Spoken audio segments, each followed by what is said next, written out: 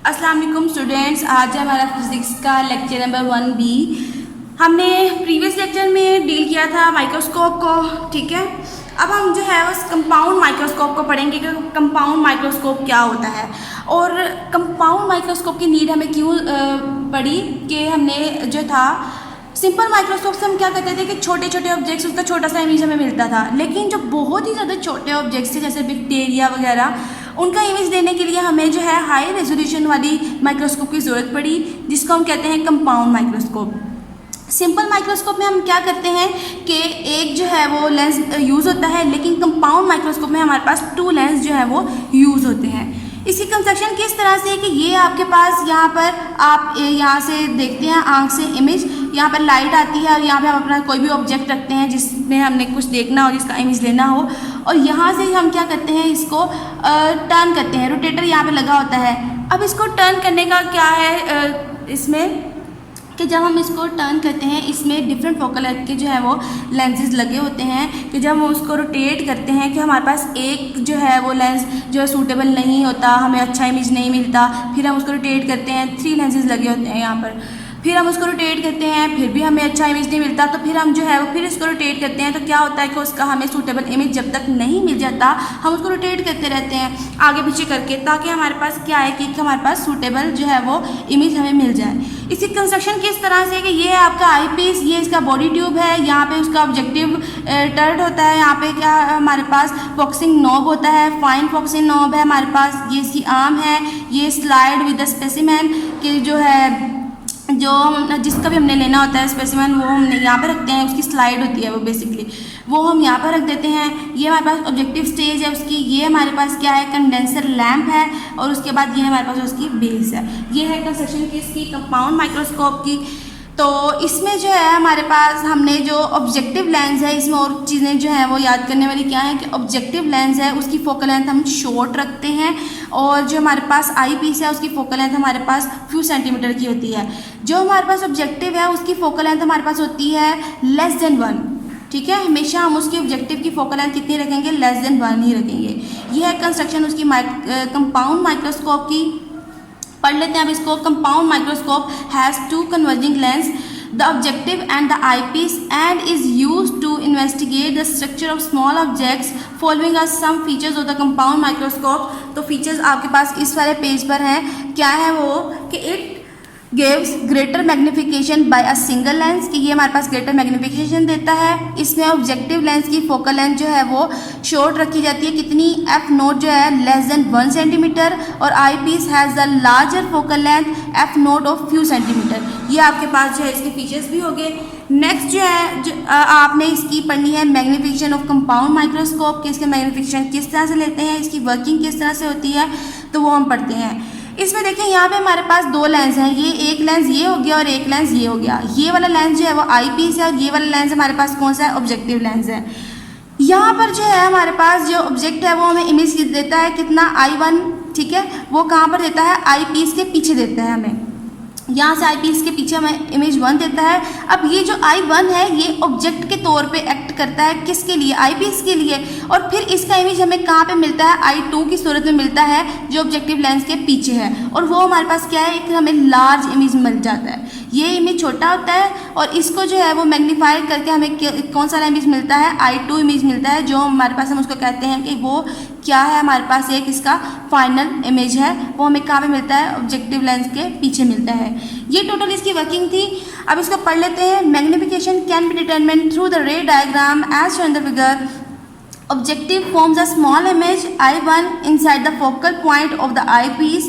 This image acts as an object for the eyepiece, and the final larger image I2 is formed outside the focal point of the objective. ठीक है, ये हमें कहाँ पे मिला था, आई पीस के पीछे, और यहाँ पे I2 फाइनल इमेज हमें ऑब्जेक्टिव के पीछे मिला है। अब इसकी the magnification of the compound microscope हम किस तरह से देते हैं, L divided by F note 1 plus D over F note. इसमें हमारे पास L क्या है, लेंथ है किसकी, कंपाउंड माइक्रोस्कोप की, विच इज इक्वल, किसके इक्वल होती है, distance between the objective and eyepiece, ठीक है। आई पीस और ऑब्जेक्टिव के दरमियान का जो डिस्टेंस है वो हमारे पास क्या है, L है, और उसके बाद 1 लगाते हैं, और उसके बाद 1 प्लस D। अब D इसमें क्या है, डिस्टेंस है from of the final image from the eye, ठीक है। आई से यहाँ पर I2 तक का जो डिस्टेंस है वो हमारे पास D है, और उसके बाद हमने F0 और FE क्या है, फोकल लेंथ है। F0 किस O जो है, FO जो है हमारे पास फोकल लेंथ है किसकी, ऑब्जेक्टिव की, और उसके बाद हमारे पास FE कितनी है, फोकल लेंथ है किसकी, आईपीस की। तो ये हमारे पास हमने मैग्नीफिकेशन का फॉर्मूला, इसके पास क्या है, M = L divided by F0 1 + D/F0। ये हमारे पास जो है वो कंपाउंड माइक्रोस्कोप की मैग्नीफिकेशन का फॉर्मूला। अब यूजेज इसके क्या है कंपाउंड माइक्रोस्कोप के, कंपाउंड माइक्रोस्कोप हम क्यों यूज़ करते हैं, इसके यूजेज हैं। A compound microscope is used to study the bacteria and other micro objects। कि कंपाउंड माइक्रोस्कोप को हम छोटे छोटे जो हमारे पास बैक्टीरिया और बहुत छोटे जो हमारे पास ऑब्जेक्ट्स हैं जिनको हम आम आँख से नहीं देख सकते, उनको देखने के लिए हम क्या यूज़ करते हैं, कंपाउंड माइक्रोस्कोप यूज़ करते हैं। It is also use for the research in the several fields of the science like the microbiology, botany, geology और जेनेटिक्स। अब ये सारी वो फील्ड्स हैं जिसमें हमारे पास जो है वो माइक्रो ऑब्जेक्ट्स होते हैं, तो उनकी स्टडी के लिए हम क्या यूज़ करते हैं, कंपाउंड माइक्रोस्कोप यूज़ करते हैं। ये आपने इसके यूजेस बता देते हैं। नेक्स्ट है आपके पास टेलीस्कोप। टेलीस्कोप क्या है आपके पास, टेलीस्कोप आपके पास एक इंस्ट्रूमेंट है जिससे आप डिस्टेंट ऑब्जेक्ट्स देख सकते हैं। इसकी जो है किस तरह से इसकी कंस्ट्रक्शन होती है वो मैं आपको नेक्स्ट पेज पर आए वो देखिए उसकी फिगर ये है। यहाँ पर क्या है कि दो लेंसेज लगे होते हैं, एक ये वाला लेंस और एक यहाँ पर ये वाला लेंस। इसको हम क्या कहते हैं, ये वाला लेंस को ऑब्जेक्टिव लेंस कहते हैं, और ये वाला जो हमारे पास लेंस होता है इसको हम क्या कहते हैं, आईपीस कह देते हैं। यहाँ से क्या है इसकी कंस्ट्रक्शन इस तरह से हुई। अब जो है लाइट आएगी, डिस्टेंस ऑब्जेक्ट का इमेज किस तरह से बनेगा, यहाँ पर हमारे पास यहाँ पर इसका इमेज बनेगा के अब आईपीस से पीछे इसका इमेज बनेगा, और उसके बाद हमारे पास क्या है कि ये सारा प्रोसीजर होने के बाद वो हमारे पास एक इमेज यहाँ पर देगा जो हमारे पास लार्ज इमेज होगा, जिससे हम डिस्टेंट ऑब्जेक्ट जो है वो क्लियरली देख सकेंगे। ठीक है, तो ये हम इसका पढ़ लेते हैं। Telescope is an optical instrument which is used to observe distant objects using the lenses of mirrors. A telescope that uses two converging lenses is called the refracting telescope. अब जो है जिसमें दो लेंस कन्वर्जिंग लेंस यूज करेंगे हम उसको क्या कहेंगे कि रिफ्रैक्टिंग टेलीस्कोप है। और रिफ्रैक्टिंग टेलीस्कोप में an objective lens forms a real image for of a distant object. अब जो है आपके पास ऑब्जेक्टिव लेंस कौन सा इमेज बनाएगा, डिस्टेंट ऑब्जेक्ट का रियल इमेज बनाएगा। While an eyepiece forms a virtual image that is viewed by the eye. अब जो आई पीस इमेज बनाएगा वो वर्चुअल इमेज होगा जो हम अपनी आंखों से देखेंगे। ठीक है, तो ऑब्जेक्टिव लेंस ने रियल इमेज बनाया और आईपीस ने वर्चुअल इमेज बनाया, और हम आईपीस से जो इमेज बनता है वही हम अपनी आई से देखते हैं। नेक्स्ट इसकी वर्किंग है। वर्किंग किस तरह से है कि रे डायग्राम है उसकी, तो रे डायग्राम में हमने उसकी मैग्नीफिकेशन फाइंड आउट करनी होती है। The ray diagram of the refracting telescope is showing the figure, मतलब ये वाली फिगर में उसने दिखाई हुई है। When parallel raise from a point on a distant object pass through the objective lens a real image I1 is formed. अब जब है ऑब्जेक्टिव लेंस से आई हमारे पास क्या होगा कि यहाँ पे इसका रियल इमेज I1 जो है वो बन जाएगा। यहाँ से जो ऑब्जेक्टिव लेंस से आई है रेज, रियल इमेज I1 बन गया, और उसके बाद क्या होगा कि आईपीस के लिए ये क्या होगा, ऑब्जेक्ट के तौर पर काम करेगा। फिर इसका इमेज हमारे पास कहाँ पर बनेगा, ऑब्जेक्टिव लेंस के पीछे बनेगा, जो हमारे पास एक बड़ा इमेज होगा। वही वाला सारा कंपाउंड माइक्रोस्कोप वाला ये प्रोसीजर है। रे डायग्राम वैसी ही है इसकी। is formed to the focus through the objective lens. A real image I1 is formed at the focus F0 of the objective lens. The image act as an object for the eyepiece. A large visual image I2 of I1 is formed by the eyepiece at a large distance from the objective lens. This visual image make an angle theta at the eyepiece. अब ये कौन सा angle बनाता है, theta angle बनाता है with eyepiece. Eyepiece के साथ ये कौन सा एंगल बनाएगा, थीटा एंगल बनाएगा। यही बताया। अब देखिए यहाँ से यहाँ तक जो है फोकल लेंथ किसकी है, F0 है, FO या F0 ऑब्जेक्टिव लेंस की। यहाँ से यहाँ तक भी किसकी है, अब ये जो है ये ऑब्जेक्ट के तौर पे काम किया ना, तो यहाँ से यहाँ तक ये भी क्या है हमारे पास FE। ठीक है, ये किसकी है, आईपीस की फोकल लेंथ है। यहाँ से यहाँ तक सारी, पहले ये और फिर ये दोनों ले लेता है। अब इसकी मैग्नीफिकेशन का फॉर्मूला हमारे पास क्या है कि हमारे पास टेलीस्कोप की मैग्नीफिकेशन का फॉर्मूला क्या है, F0 डिवाइडेड बाय FE है हमारे पास। कि F0 को अगर हम FE से डिवाइड कर देंगे तो हमारे पास क्या निकल आएगा, मैग्नीफिकेशन निकल आएगी किसकी, टेलीस्कोप की। उसके बाद जो टॉपिक है आपका वो है आपके पास द ह्यूमन आई। अब हम ह्यूमन आई में क्या होता है कि जब हम कोई भी इमेज देखते हैं तो हमारी जो आँख के ऊपर जो है वो खुद ब खुद जो है वो इमेज बन जाता है। हम उसको देखते हैं किस तरह से कि रेटिना, इसका पूरा स्ट्रक्चर है हमारी आई का, कि ये हमारे पास एक लेंस लगा होता है, ये वाला हमारे पास जो है आइरस है। ये आप सारा का सारा स्ट्रक्चर जो है वो 8th क्लास में पढ़ के आए होंगे। ये आपके पास रेटिना होता है कि रेटिना पे आपका इमेज बनता है। ये आपका इमेज बना हुआ है, यहाँ पे इसको ये शो कर रही है लाइट रेज, ये कॉर्निया, ये ऑब्जेक्ट, ये सारा जो है उसका स्ट्रक्चर है। अब जो है ये किस तरह से इमेज बनता है वो जो है इसकी डिफरेंट पार्ट्स को वो है डिफाइन कर रहा है। हम इसको पढ़ लेते हैं। The image formation in human I is shown in the figure. Human I acts like a camera, वो एक कैमरे की तरह एक्ट करता है in place of the film. The retina records the picture. Retina क्या करता है, पिक्चर को रिकॉर्ड कर देता है। जैसे कैमरे में पिक्चर रिकॉर्ड होती है ना फिल्म के ऊपर, इस तरह रेटिना भी क्या करता है, पिक्चर को रिकॉर्ड कर लेता है।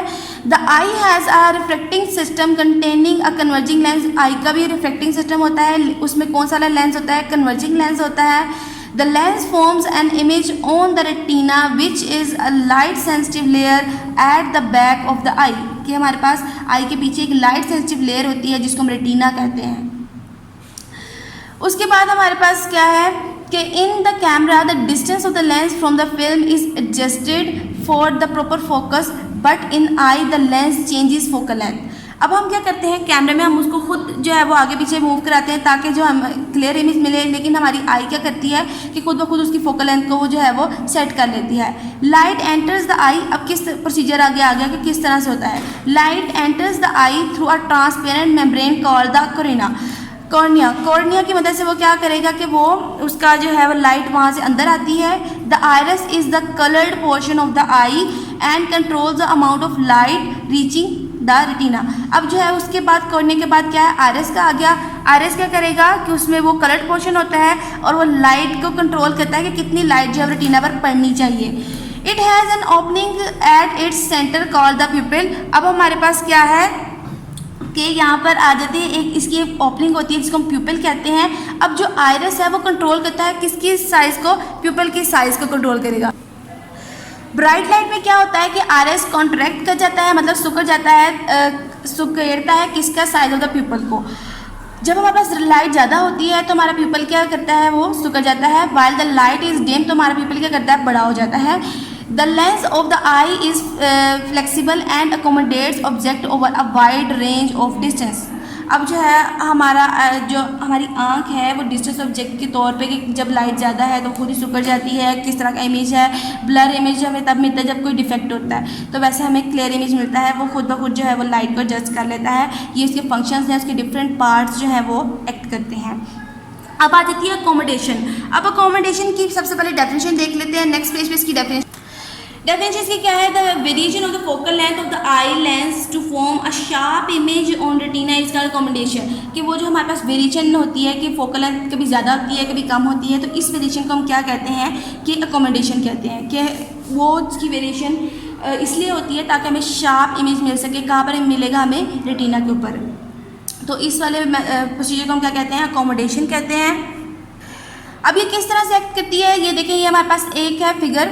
इस फिगर में हमारे पास क्या है, ऑब्जेक्ट है, दूर है, ठीक है। ऑब्जेक्ट दूर है तो हमारे पास जो है लेंस जब रिलैक्स है, ठीक है, लेंस रिलैक्स है और इसकी बेंडिंग भी कम होती है।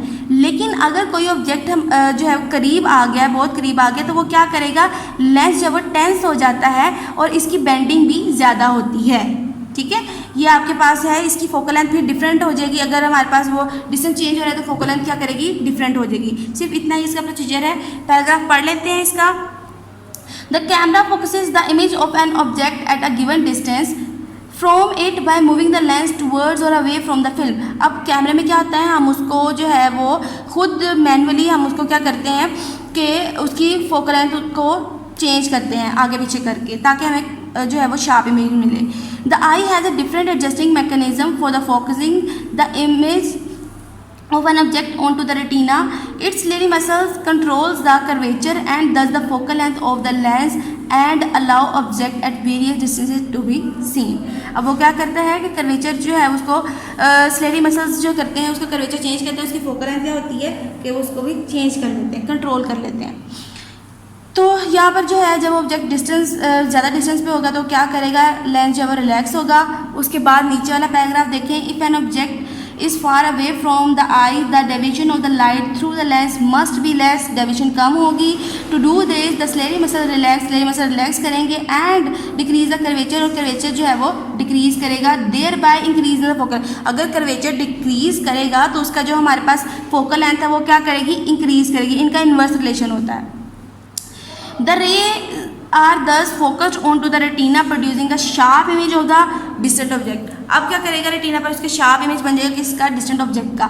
इसी तरह से अगर हमारे पास क्या होगा कि इसका रिवर्स हो जाएगा मैकेनिज्म सारा, कि अगर ऑब्जेक्ट जो है वो क्लोज आ गया तो कर्वेचर क्या होगा हमारे पास इंक्रीज करेगा और फोकल लेंथ क्या करेगी, उसकी डिक्रीज करेगी. यहाँ पर बेंडिंग कम थी, यहाँ पर बेंडिंग ज़्यादा हो जाएगी. यहाँ पर वो रिलैक्स था, यहाँ पर वो टेंस हो जाएगा. ठीक है, अगले पैराग्राफ में सिर्फ यही लिखा हुआ है उसमें. If an object is close to eye, the ciliary muscles increase curvature of the lens, thereby shortening the focal length. The divergent rays from the nearby object are thus bent more so to come to focus on the retina. ठीक है, वही वाला सारा paragraph. It is a large in, अब आ जाता है कि किस में ज़्यादा होता है किस में कम होता है. It is large in the young people while it goes on decreasing with the age. मतलब अकोमोडेशन जो है वो जो जवान लोग होते हैं उनमें सही होती है कि वो जो है वो सही तरह से उनका एक्ट कर रहा होता है. लेकिन ये जो डिफेक्ट इन अकोमोडेशन किस तरह चलता है, with the passage of age. जिस तरह जो है वो एज ज़्यादा होती जाती है ये डिफेक्ट आता जाता है अकोमोडेशन के अंदर. लेकिन हम अकोमोडेशन को जो है वो ओवरकम किस तरह से कर सकते हैं, हम जो है आई ग्लासेस लगा लेते हैं, लेंसेज लगा लेते हैं, ताकि जो है वो हमारे पास जो है वो हमारी आंखें अच्छा जो शार्प इमेज हमें दे सकें. ठीक है, अब जो है नियर और फार पॉइंट की बात कर लेते हैं. नियर पॉइंट और फार पॉइंट क्या होता है. नियर पॉइंट की डेफिनेशन आपके पास ये है, the near point of the eye is the minimum distance of an object, कम से कम डिस्टेंस है from the eye, which is produce a sharp image on the retina, जो कि रेटिना के ऊपर एक शार्प इमेज बनाएगा. ये हमारे पास मिनिमम डिस्टेंस हो गया नियर पॉइंट, और ये हमारे पास जो है फार पॉइंट का मैक्सिमम डिस्टेंस हो गया. The far point of the eye is the maximum distance of a distant object from the I on which the fully relaxed I can focus. Relax जो है आई जो है फोकस करेगी. वही वाला पीछे आपको मैंने फिगर दिखाई है ना कि अगर ऑब्जेक्ट दूर होगा तो वो क्या करेगा, लेंस रिलैक्स होगा, आई रिलैक्स होगी. तो ये आपके पास नियर पॉइंट और फार पॉइंट की डेफिनेशन होगी. नेक्स्ट है आपके पास डिफेक्ट्स. कौन कौन से आपके पास डिफेक्ट्स आते हैं वीएन में है. एक है हमारे पास नियर साइटनेस, इसको कहते हैं मायोपिया. उसके बाद हमारे पास नियर साइटनेस की डेफिनेशन क्या है कि इसमें क्या होता है कि नियर साइटनेस में क्या होता है कि लोग जो है वो दूर की चीज़ें क्लियरली दिखाई उनको नहीं देती. ठीक है, और फार साइटनेस में क्या होता है कि उनको करीब की चीज़ें जो है वो क्लियरली दिखाई नहीं देती. ये दो डिफेक्ट्स हैं. अब डिफेक्ट्स की डेफिनेशन क्या है. The inability of the eye to see the image of the object clearly is called the defect of vision. ये हमारे पास क्या है, डिफेक्ट ऑफ विजन है. अब हमने क्या करना है, इसकी टू टाइप्स हैं. कौन कौन से हमारे पास आते हैं, नियर साइटनेस जिसको मायोपिया भी कहते हैं. नियर साइटनेस में क्या होता है कि जो पर्सन है जिसमें ये डिफेक्ट है वो क्या करेगा कि उसको दूर के ऑब्जेक्ट्स जो हैं वो क्लियरली दिखाई नहीं देंगे. ठीक है, तो उसके अब ये बीमारी डिफेक्ट तो आ गया. अब इस डिफेक्ट को ओवरकम करने के लिए कौन सा है, हम डाइवर्जिंग लेंस यूज़ करते हैं.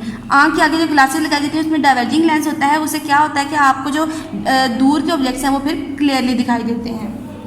सिर्फ इतना सही है, लिखना आपने पूरा ही है. ये डिफेक्ट्स आपको लॉन्ग क्वेश्चन में आएंगे तो आपने पूरा का पूरा पैराग्राफ लिखना होगा. तो मैं आपको बता देती हूँ पढ़ के. Some people can not see distant object clearly without the aid of spectacles. This defect of the vision is known as short sightedness and the near sightedness, and it may be due to the eyeball being too long. eyeball जो है बहुत बड़ा जाता है. Light rays from a distant object are focused in front of the retina and a blurred image is produced.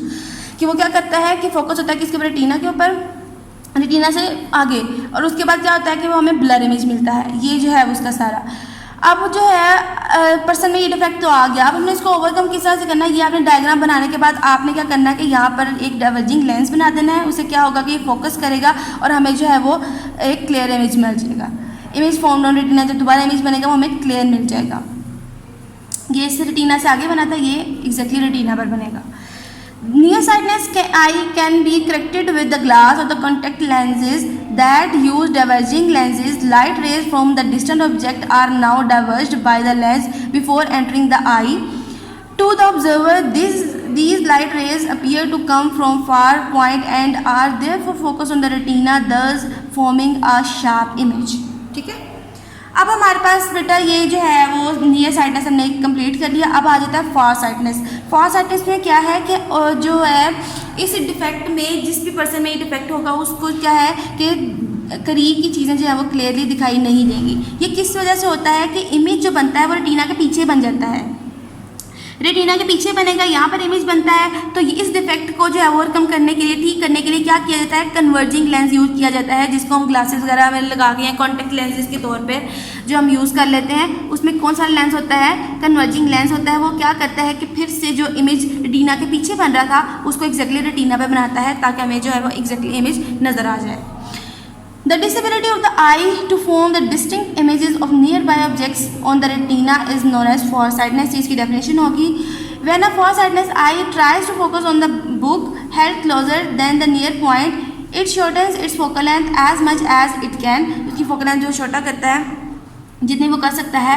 However, even at its shortest, the focal length eye is longer than it should be, therefore the light rays from the book would form a blurred image behind the retina। Retina के पीछे जो है blur image बनता है।